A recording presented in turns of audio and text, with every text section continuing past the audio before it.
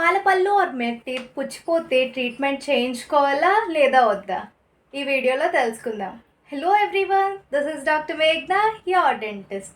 పాలపళ్ళు or milk teeth ఇది మీ oral క్యావిటీలో ఫస్ట్ సెట్ ఆఫ్ టీత్. పాలపళ్ళుని ఏజ్ పెరిగే కొలది permanent tooth, second set of tooth replace చేస్తాయి. పాలపళ్ళు పుచ్చిపోతే మ్యాక్సిమం పేరెంట్స్ పిల్లల్ని క్లినిక్కి తీసుకొని రారు. ఎలాగో ఇంకొక సెట్ ఆఫ్ టీత్ ఉన్నాయి కదా, దీనికి ట్రీట్మెంట్ అక్కర్లేదు అనుకుంటారు. కానీ ఇక్కడ ఇంపార్టెంట్ థింగ్ ఏంటంటే, పాలపళ్ళు పుచ్చిపోవడం వల్ల ఈ పుచ్చిలో ఉండే బ్యాక్టీరియా లోపలికి వెళ్ళి పర్మనెంట్ టూత్ డెవలప్మెంట్ ఆఫ్ ఫార్మేషన్ని ఎఫెక్ట్ చేస్తుంది. దీనివల్ల పర్మనెంట్ టూత్కి ఎనామిల్ అని గట్టిగా ఒక పొర ఉంటుంది.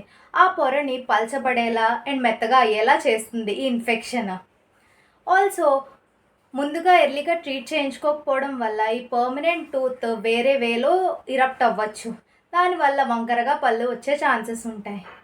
Hope this is clear. For more such content, subscribe to my channel.